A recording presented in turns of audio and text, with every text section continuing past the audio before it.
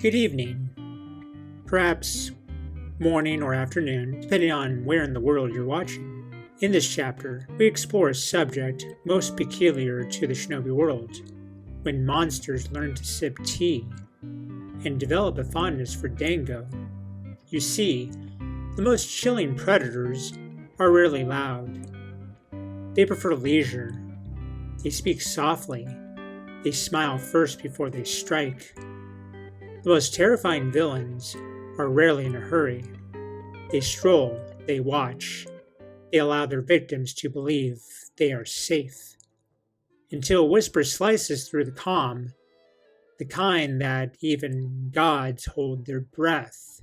A cruel child plays executioner for amusement, and yet his act is merely the decoy. Real monsters don't kill for sport. They walk among us, dressed as tourists. Shikamaru calculates risk and silence with coordination of Koji on Mamushi's capability.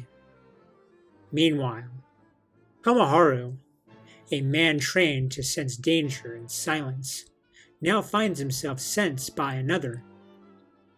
Across the table sits the daimyo assistant, polite, perfumed, and predatory in posture. Their questions glide across the room like knives hidden in the silk. Of course, the irony is delicious. The more they demand truth, the further it slips from reach. The shinobi world has always feared monsters from the shadows.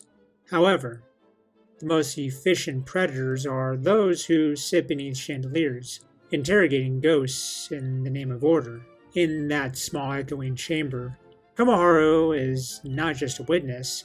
He's a mirror, reflecting how panic dresses itself in bureaucracy. Beneath it all, that faint hum of inevitability, because in the world of shinobi, calm is never calm for long.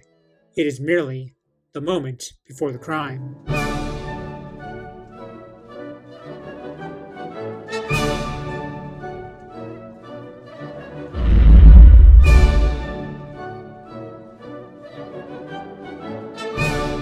We return to the frozen moment from a previous chapter where Daemon's hand lingers over Sarada and Sumeri, a gesture both playful and godlike.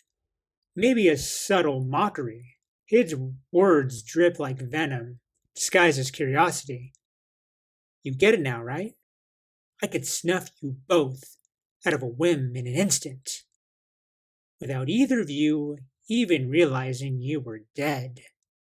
The air doesn't move. Even the sound hesitates.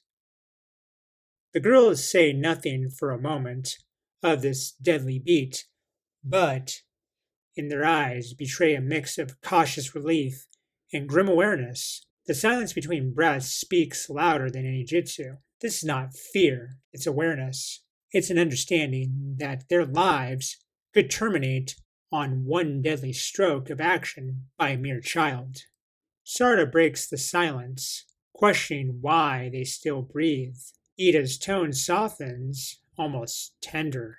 She admits something unnatural. They are not Otsutsuki, yet they remain untouched by omnipotence. Her gaze looks at the girls like a clear window. Then I must have excluded you.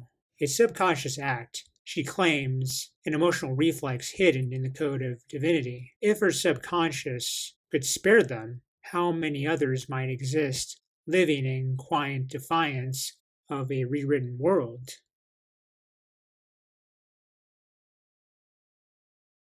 Sumeri's curiosity pierces deeper.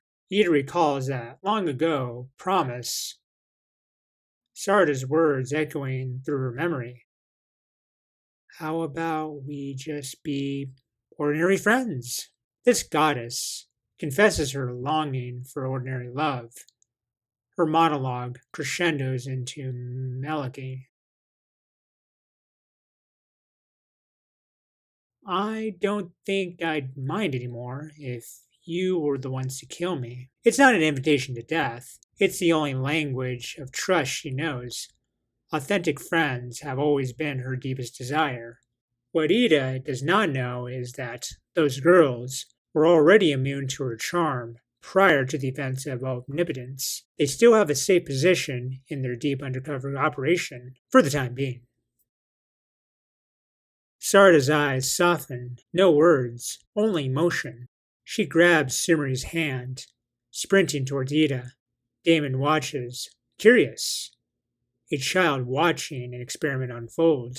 Then, contact. A group hug. Sarada whispers, I've never heard of a mutual life or death friendship.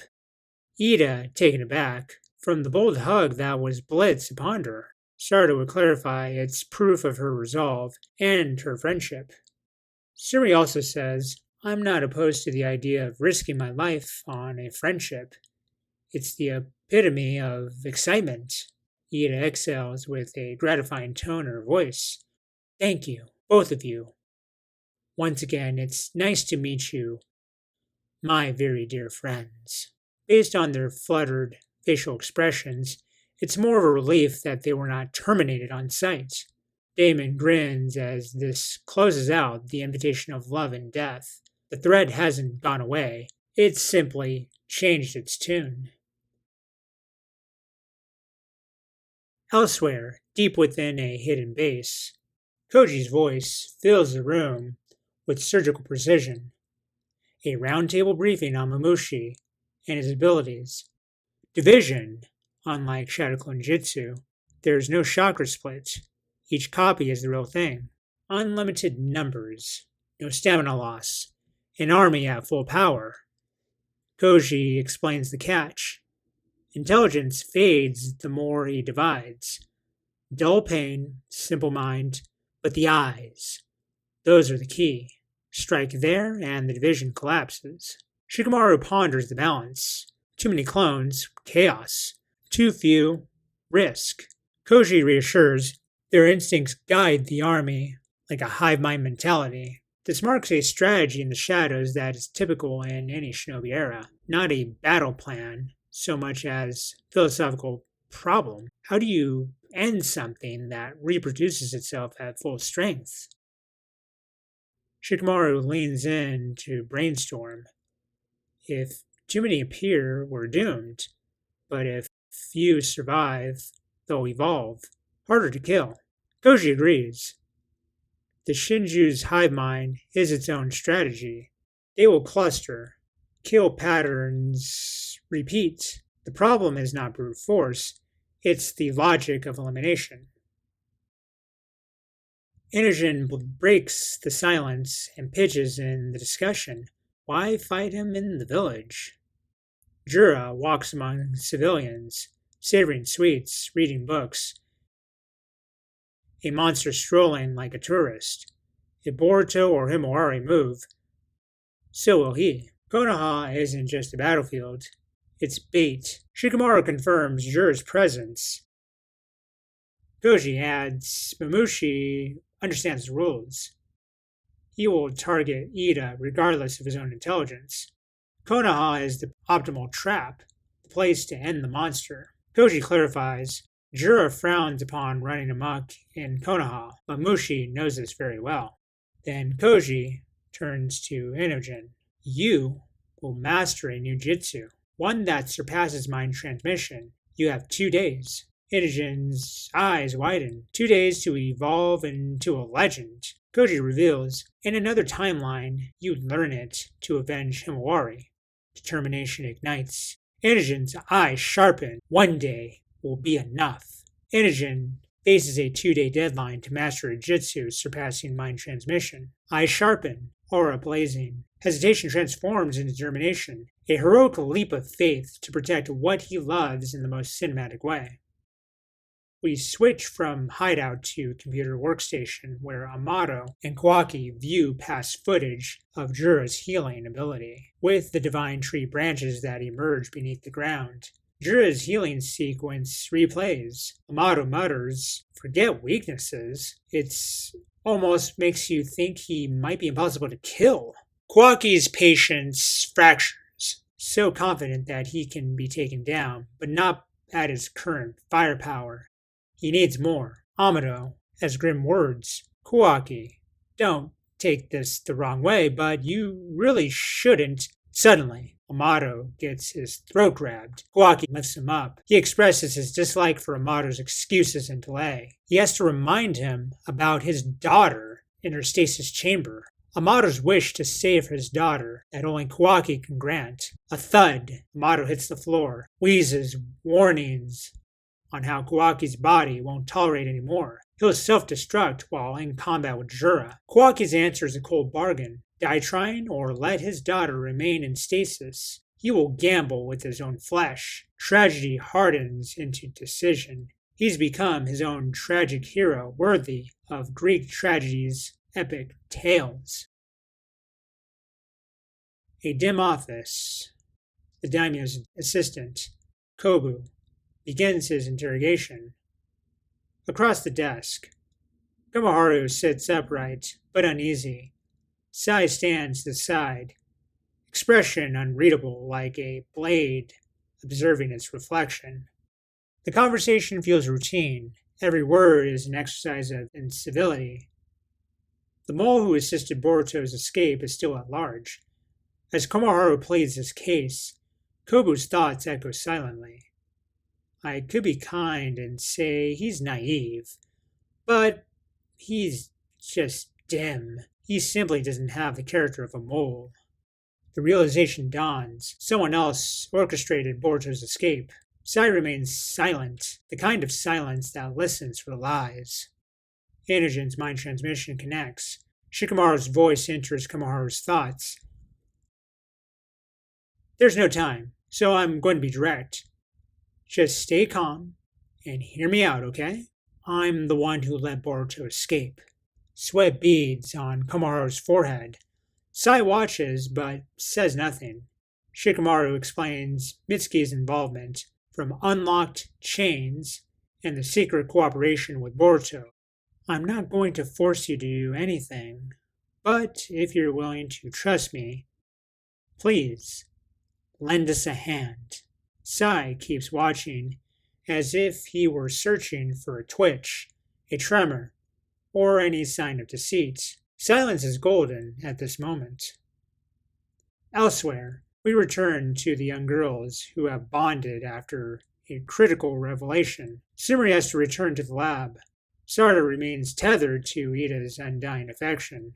Comedic timing after evading a suspenseful tragedy. How Alfred Hitchcock would be proud that the author was able to play with the reader's emotions, worthy of a thriller. Laughter and dread share the same breath. Sumeri exits with, "Later, Sarda, have fun!" Sumeri steps out and is met by Boruto. He presents his chipped sword from his last engagement with Jura. Boruto admits his loss of focus when performing the Hokoromo that coats the blade in chakra to enhance its sharpness. He needs her to fix it, but not with Leaf's modern tech, but a future technology that Sumeri would develop on her own through research. She cautioned that the blade will be born into something different if she uses this technology. Boruto accepts the result and hands it off. With one last glimpse of suspense, she says, "There's just one problem.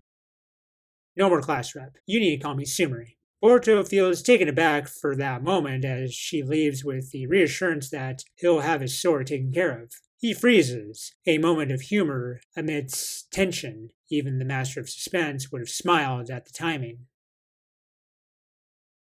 A few days have passed. Mamushi stands atop the rampart, his clones arrayed beside him. 5 silhouettes, 5 identical gazes. He gazes down the high walls of the Hidden Leaf village. He wonders where Ida could be hiding. 5 copies are on this final panel that sets up the next battle in the story.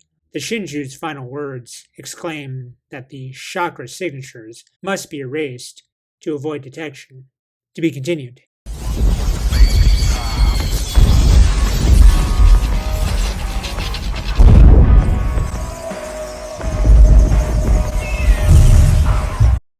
And now for my Anbu tactical briefing, we'll discuss Mamushi's division. So unlike traditional shadow and clone techniques, Mamushi's replication process is not chakra dependent. It's biological replication through divine mimicry. Each copy is autonomous, full-powered, and indistinguishable from the original. There's no chakra split, no degradation of strength. Every division is the real thing, and therein lies the paradox. On an intelligent note, while the duplication is limitless, cognitive precision diminishes per split. The more he divides, the duller the collective mind becomes. A swarm, not an army, a storm with no command. However, reconnaissance confirms that each copy maintains hive mind awareness, instinctual coordination based on shared sensory feedback. They think as one, move as one, and hunt as one. Vulnerability, the visual nexus, would be the eyes. Destroy the ocular core and the division collapses. This may indicate a centralized field of sensory control, akin to Byakugan-grade awareness across all copies. Koji's assessment suggests that tactical overdivision could be exploited. The more clones he spawns, the less intelligent, the more chaotic his movements become. In Shikamaru's terms, if he multiplies beyond control, his own hive becomes noise. Still, a single clone retains enough strength to level an entire sector, meaning quantity is chaos, quality is extinction. End of briefing. 5 Mamushi clones linger beyond Konoha's walls. They do not move, they do not breathe, they wait.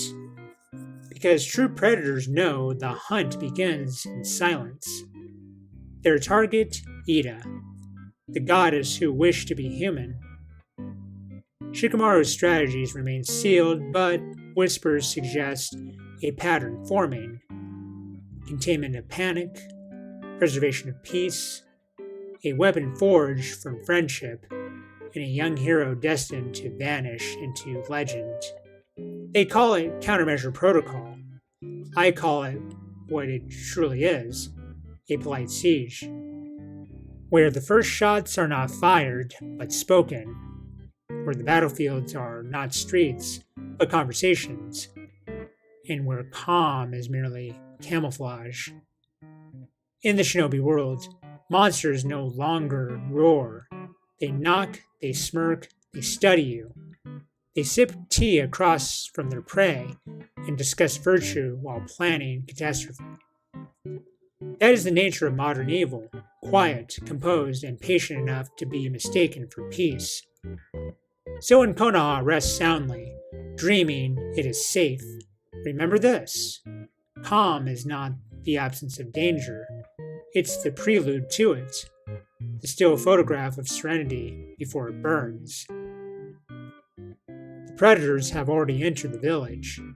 They walk its streets like tourists, admiring the view. This is your handsome Hokage. This nerdy jutsu review is complete. And as Hitchcock once said, drama is life, with the dull bits cut out. And so then, my fellow viewers, prepare yourselves for what comes next.